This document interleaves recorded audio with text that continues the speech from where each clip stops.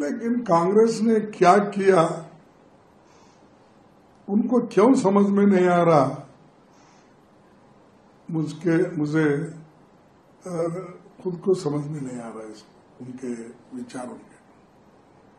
एक तो मैं समझता हूं ये तो लोग ऐसे हैं संविधान को नहीं मानने वाले हैं, जिन्होंने दांडी मोर्चा यात्रा जो गांधी जी ने निकाली थी उसमें कभी हिस्सा नहीं लिया, भारत छोड़ो आंदोलन में शामिल नहीं हुए, जो लोग आज कांग्रेस को राष्ट्रभक्ति का पाठ पढ़ाते हैं और राष्ट्रभक्ति के बारे में ऐसा बोलते हैं कि जैसा इन्होंने ही 14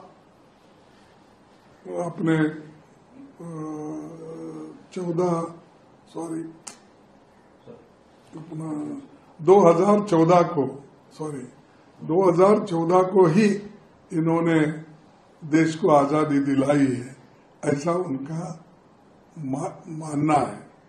लेकिन देश को आजादी मिली 1947 में, ये उनके दिमाग में नहीं है।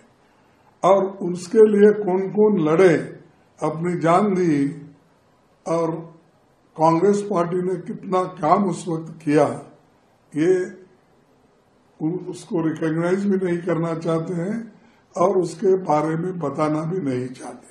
हालांकि गांधी जी ये गुजरात के हैं और उनको तो ये प्राइड होना चाहिए, कांग्रेस पार्टी के एक महान नेता गांधी जी ये सब कुछ काम किया। प्लीज आदरणीय सभापति जी, इस सदन में अंग्रेजों को याद किया गया। अब राजा महाराजाओं का तो अंग्रेजों के साथ गहरा नाता रहा था उस समय, तो अब मैं जरा पूछना चाहता हूं कि अंग्रेजों से कौन इंस्पायर्ड था। मैं तो ये तो नहीं पूछूंगा कि कांग्रेस पार्टी को जन्म किसने दिया था, ये तो मैं नहीं पूछूंगा। आजादी के बाद भी देश में गुलामी की मानसिकता को किसने बढ़ावा दिया? अगर आप अंग्रेजों से प्रभावित नहीं थे तो अंग्रेजों की बनाई दंड संहिता, पिनल कोड, आपने क्यों नहीं बदली?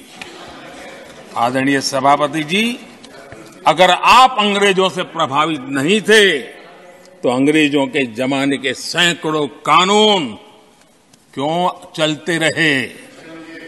आप अगर अंग्रेजों से प्रभावित नहीं थे तो लाल बत्ती कल्चर, ये लाल बत्ती कल्चर इतने दशकों बाद भी क्यों चलता है?